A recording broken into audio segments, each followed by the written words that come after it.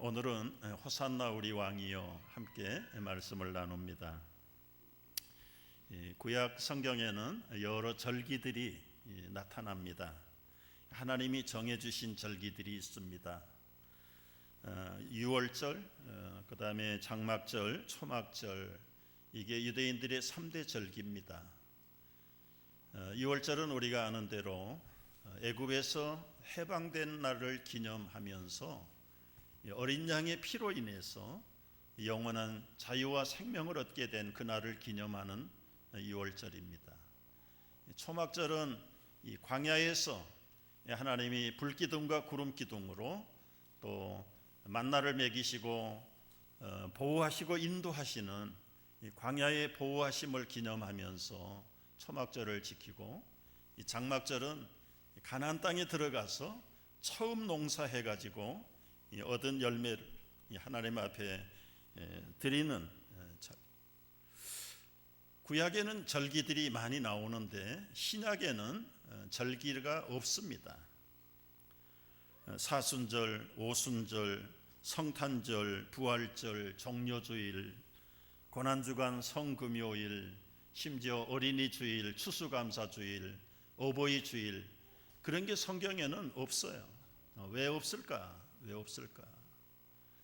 사실은 이 구약의 절기를 예수님이 오셔서 다 완성하셨기 때문에, 특별히 신약에서는 예수님 한 분만 잘 믿으면 모든 절기를 다 지킨 것과 동일한 결과를 얻게 됩니다.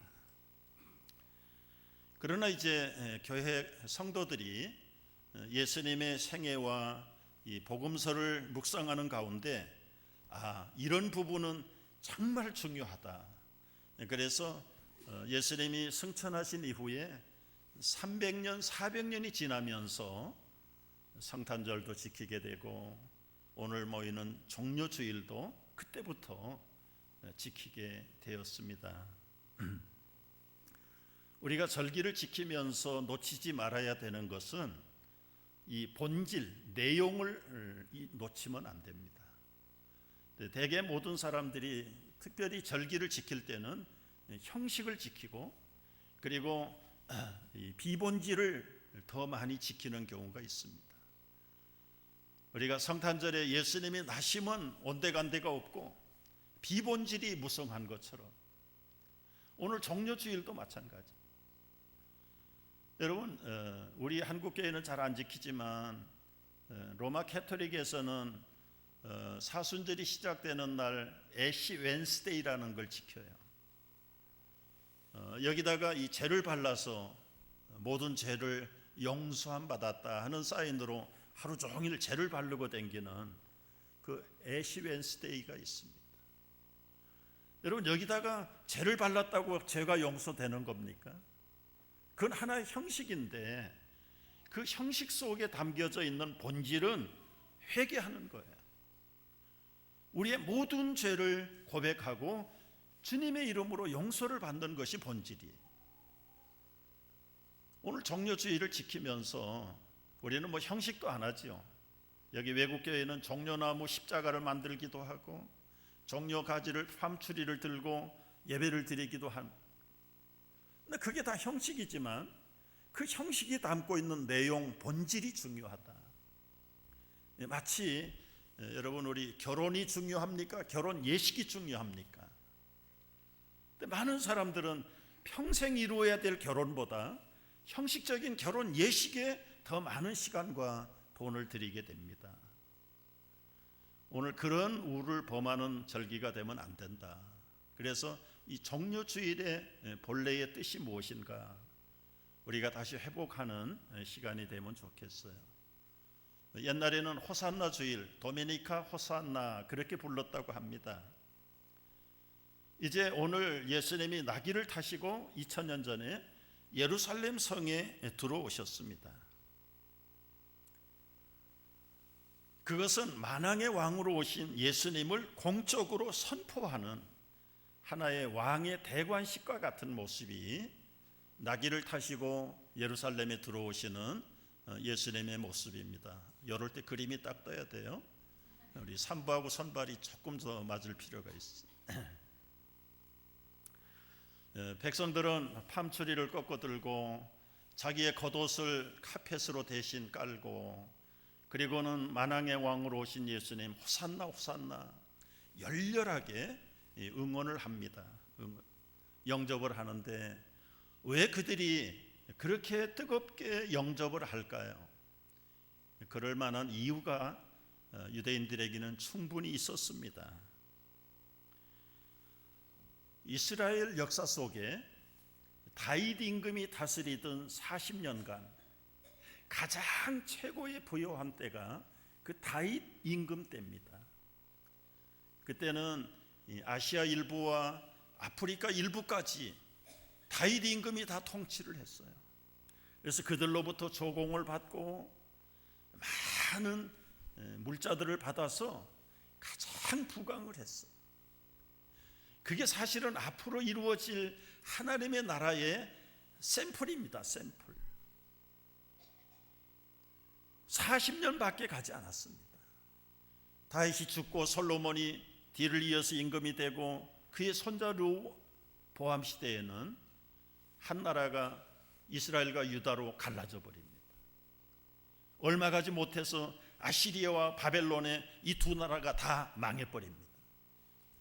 그리고는 예수님이 오실 때까지 1000년 동안 나라 없는 서러움, 주권을 빼앗겨 버린, 그리고는 식민지 생활을 하게 됐어요. 여러분, 나라가 없는 백성들은 얼마나 서럽습니까? 힘들게 일해봐야 다 세금으로 빼앗겨. 자기들의 인권의 자유가 없습니다. 그들의 마음속에는 그 나라가 독립되고 자유를 찾기를 갈망하는 마음이 얼마나 많은지 몰라요. 그래서 예수님이 등장하시기 전에 이 마카비라고 하는 형제들이 앞장을 서가지고 쉬운 말로 독립운동을 일으키고 쿠데타를 일으켜서 그 당시에 점령군이었던 시리아 군대를 물리치고 해방을 하는 듯 했지만 오래가지 못해서 다시 식민지로 돌아가는 그런 일들을 반복을 해요. 여러분, 그런 기간이 자그마치 1000년이 넘도록 우리 한국이 일본에게 나라를 빼앗겨서 36년을 고생했다는데 그 36년이 얼마나 길고 긴 세월이었을까요? 독립선언서를 작성하고 거기 33명의 민족 대표들이 사인을 했는데 10년, 20년이 지나면서 거기 사인한 민족 대표들 가운데 여러 명이 결국은 다 마음을 체인지업하고 배신하고 결국은 일본에게 항복하는 일들이 이번에 제가 설교를 준비하면서 읽어보니까 민족의 대표 33명이 자기들의 목숨을 내놓고 사인을 했는데도 10년, 20년, 26년이 지난 26년 만에 해방이 됐는데 해방될 줄을 모르는 거예요. 독립할 줄 모르고 영원히 식민지가 될 것을 알고 그들이 배반을 하고 천직마인을 해버린 것을 볼 때 이스라엘 백성은 26년이 아니라 260년이 아니라 1000년 동안 포로 생활을 하고 식민지 생활을 할 때 그들은 다 실망했을 거예요. 이제는 도저히 나라가 회복될 가망이 없는 것을 알고 포기. 그런데 하나님은 결코 포기하지 않으시고 그때마다 예언자들을 보내서 이 백성을 위로하라, 위로하라. 너희들은 결단코 이스라엘을 회복한다. 이제 3일 안에 일으키리라. 하나님이 힘을 주고 용기를 주어서 또 힘을 잃어버린 민족들이 소망을 가지고 그 나라가 하나님이 다스리는 나라가 되기를 위해서 얼마나 고대했는지 몰라요. 그런 열망 가운데 있었는데 저 갈릴리 시골에서 소문이 퍼지기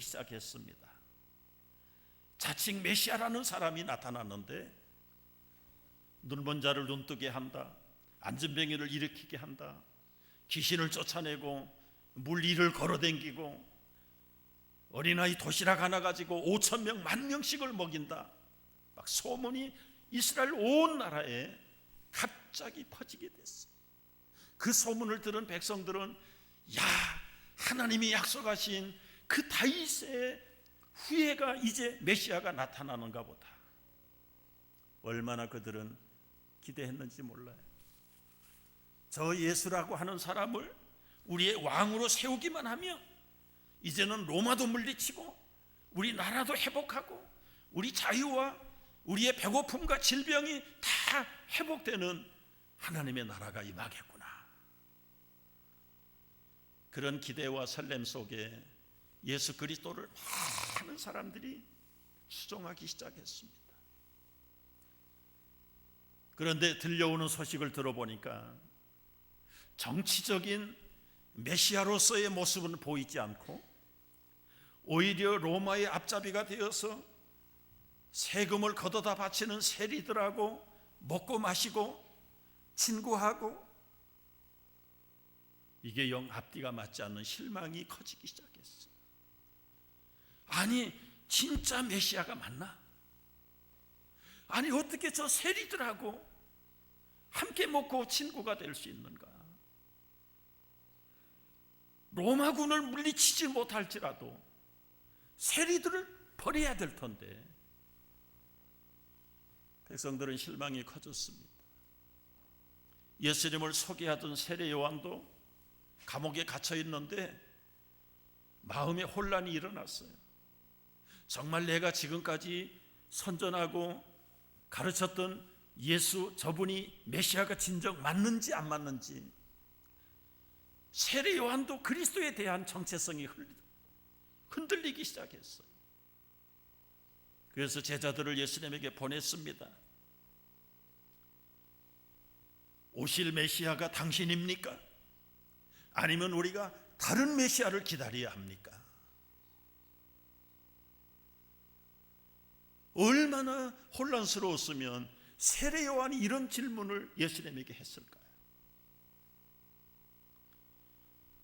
여러분, 여기서 우리가 한번 묻고 싶은 대목이 있어요. 여러분은 어떤 메시아를 기다리고 믿습니까? 다른 말로 할까요? 예수님이 여러분에게 어떤 예수님이 되기를 원하십니까?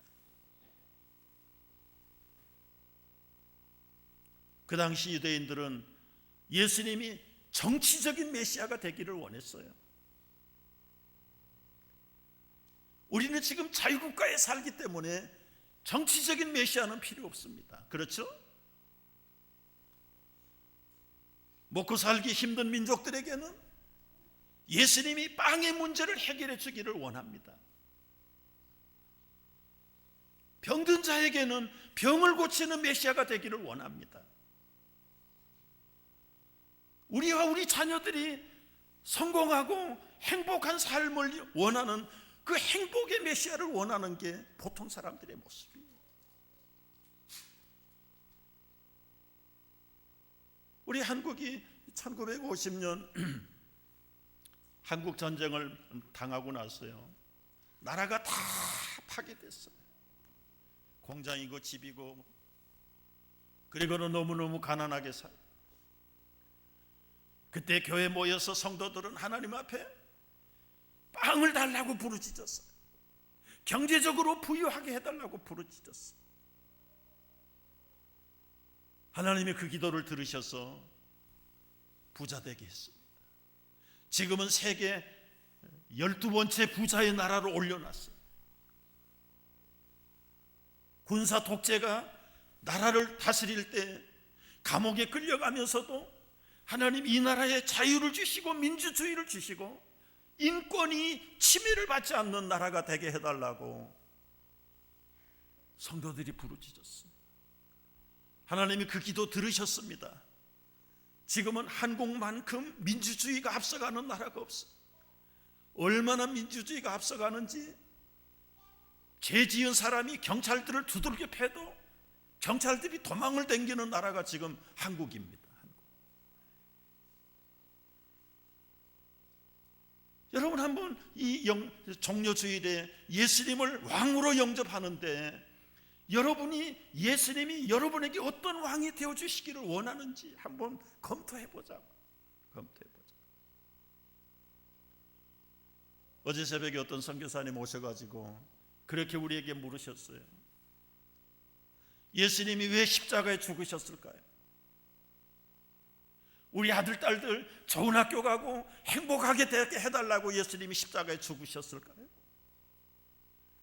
여러분의 사업이 잘 되기를 위해서 예수님이 십자가에 죽으셨을까요?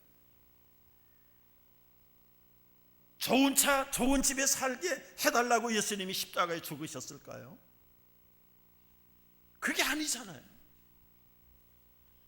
우리는 지금 먹고 살 걱정이 없는 사람들입니다. 무엇을 먹어야 배가 부르지 않을까 오히려 고민하고 사는 사람들이 됐어요.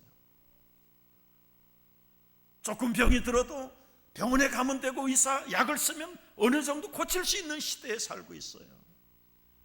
그래서 웬만한 병도 두려워하지 않아요. 이제는 나이가 100살, 120살을 사는 시대에 들어와서 이 오래 살려는 목숨에 대한 안타까움도 없어졌어요. 이런 시대에 낙이 타고 오시는 예수님, 그분을 왕으로 섬기는데 나의 어떤 왕이 되어주시기를 원하느냐, 이게 오늘 종려주일에 우리가 잘 검토하고 회복해야 될 부분입니다.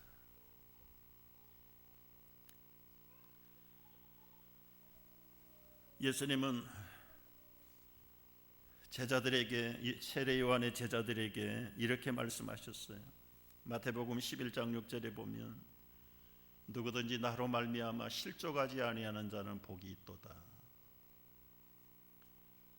다 예수님을 자기 성공의 부자 방맹이로 사용하려고 한다면 그건 잘못된 거다. 예수님이 기껏해야 한 나라의 정치를 위해서, 한 나라의 경제를 위해서, 아니 우리 집안의 평화를 위해서 십자가에 죽으셨다는 말이냐? 그 정도의 믿음이라면 너희는 잘못 믿고 있다는 분명한 말씀을 선포하신 것. 누구든지 나로 말미암아 실족하지 아니하는 자가 복이 있다. 왜 예수님이 이 땅에 사람의 모습을 가지고 오셨, 왜 십자가에 죽으셨고 왜 부활하셨는가?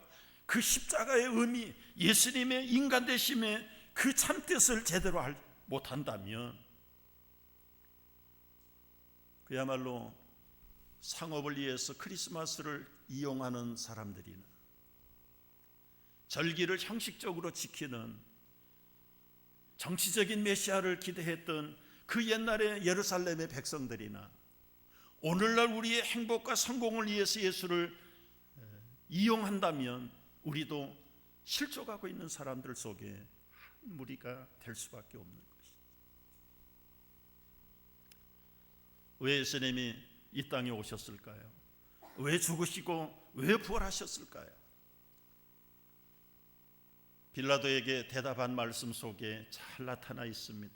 요한복음 18장 36절에 보면 예수께서 내 나라는 이 세상에 속한 것이 아니다. 이 세상의 나라는 어떤 나라입니까? 가정의 평화, 우리 자녀들의 성공, 여러분들의 사업의 행복, 그거 무시하는 건 물론 아니에요. 그러나 그것이 예수를 믿는 최고의 목표라면 우리는 이 세상에 속한 사람들. 만일 내 나라가 이 세상에 속한 것이었더라면 하나님이 천사들을 일으켜서라도 로마의 권력자들하고 싸우서라도 해방을 시킬 수 있는 분이신데, 하나님의 나라는 정치적으로, 군사적으로, 물질적으로, 건강으로, 환경적으로 이루어지는 나라가 아니다.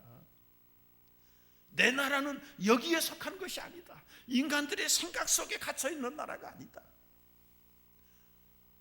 오해하지 마십시오. 건강하고 성공하고 행복한 것은 하나님의 뜻이에요. 그러나 그것이 예수 그리스도께서 오신 최고의 목표가 된다면 하나님의 나라를 이루지 못한 사람들, 그 이상 훨씬 우리 인간의 야망과 행복을 포함한 놀라운 영원한 하나님의 통치하심과 세워가시는 그 나라, 그 진정한 하나님의 나라를 우리는 기대해야 된단 말이죠. 여러분, 한번 돌이켜서 우리가 반문하고 싶어요. 유일하게 사람으로서는 2번 살아난 사람 가운데 대표적인 사람이 나사로입니다. 나사로가 죽음에서, 무덤에서 살아났을 때 얼마나 감격스러웠을까요? 여러분, 우리가 사업이 성공한 것을 거기에 비교할 수 있을까요? 놀라운 축복을 받은 나사로 지금 살아있지, 죽었어요. 세상에서 가장 부유했던 솔로몬 지금 죽었어요. 리더십이 탁월했던 다윗 임금 죽었습니다. 이 땅에서 잠깐 있다가 없어지는 그것을 최고의 것으로 여기는 사람들이 다 사라졌어요. 그 유명한 영웅들, 연예인들, 위인들 다 죽어버렸어요. 우리 어려서 소꿉놀이 할 때 땅 따먹기도 하고 집 짓기도 하고 그랬죠. 땅을 조금이라도 더 넓게 차지하려고 막 벌어지지 않는 손을 막 벌려가지고 원을 그리고 상대를 눈속여가지고 앞으로 좀 내밀어가지고 그리고,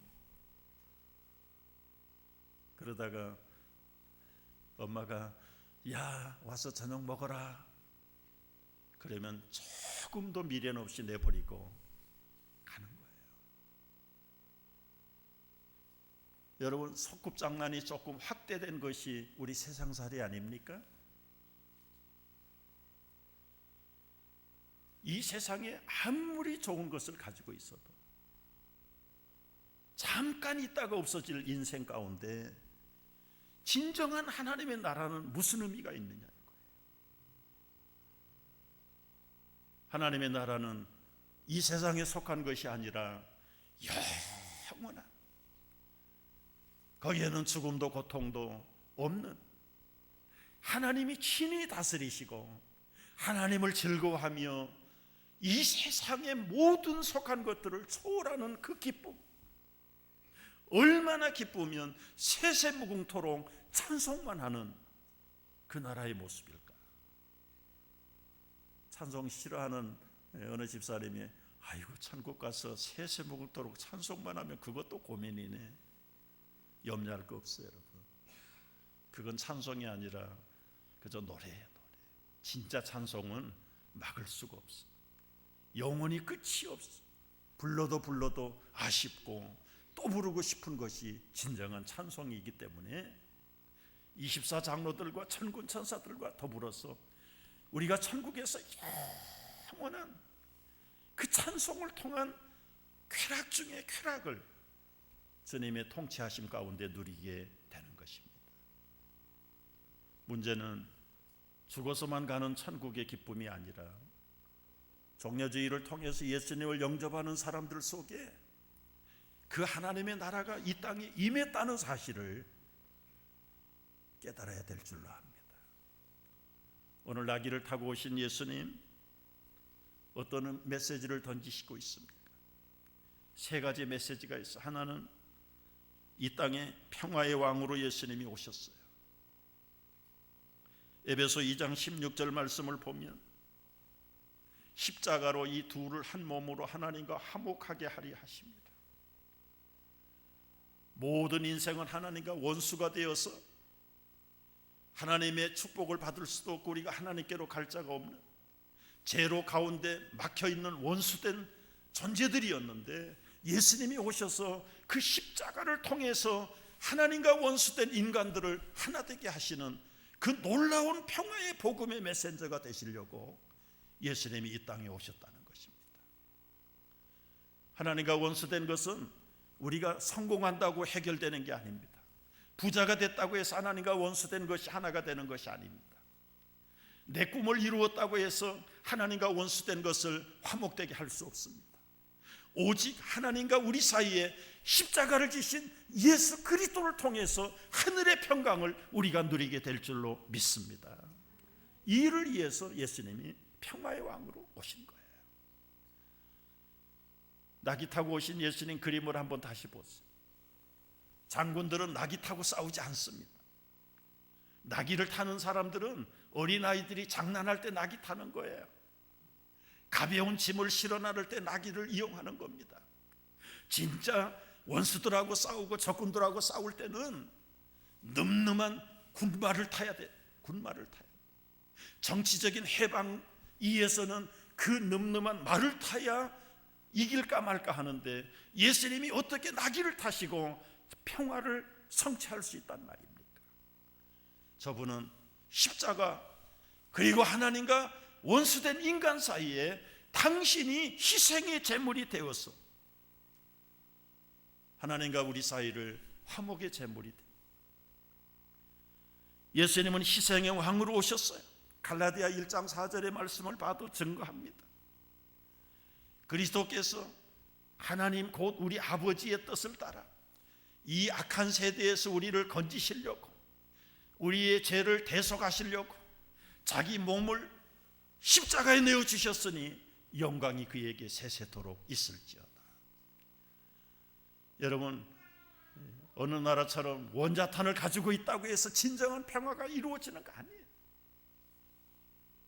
최고의 군사 무기를 가졌다고 해서 그 나라가 세계가 평화롭게 되는 게 아닙니다. 오직 하나님과 원수된 인간 예수 그리스도만이 희생이 되어서 하나님과 우리 사이를 화목되게 하시고 잃어버린 평화를 회복시키는 분이 오직 어린 양 예수 그리스도밖에 없음을 믿으시기를 바랍니다. 예수님은 만왕의 왕으로 오셨습니다. 호산나, 오는 우리 조상의 다윗의 나라요, 가장 높은 곳에서 호산나 호산나 하더라. 여러분이 호산나라는 뜻이 무엇입니까? 지금 나를 구원해 주시옵소서. 무엇으로부터 구원입니까?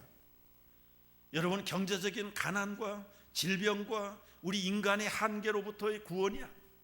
이걸 초월한 진정 우리를 죄로부터 하나님으로부터 원수되었던 인간의 한계 속에서 영원히 구원하셔서 하나님의 나라의 왕국에 그 놀라운 통치를 받으며 예수님을 만왕의 왕으로 섬기는 이 자유함, 영적인 자유와 선택의 기쁨, 이것이 구원.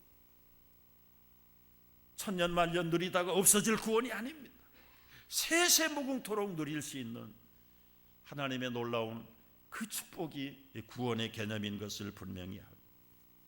우리는 오늘 정려주일에 옛날 유대인들이 겉옷을 깔아드린 것처럼 우리는 속마음의 자존심을 꺼내서 예수님의 십자가 발 앞에 깔아드리고 우리의 최고의 팜수리를 꺾어서 정료가지를 꺾어들고 우리의 영혼은 구원의 왕으로 오신 예수 그리스도를 영접하면서 그분이 나를 위해서 지키시고 흘리신 떡과 잔을 받으시면서 이분이야말로 우리를 영원히 구원하실 분이라는 사실을 분명하게 세상에 증거하고 하나님의 나라의 백성으로 승리하는 정려주일의 성도들이 되시기를 주의 이름으로 축복합니다.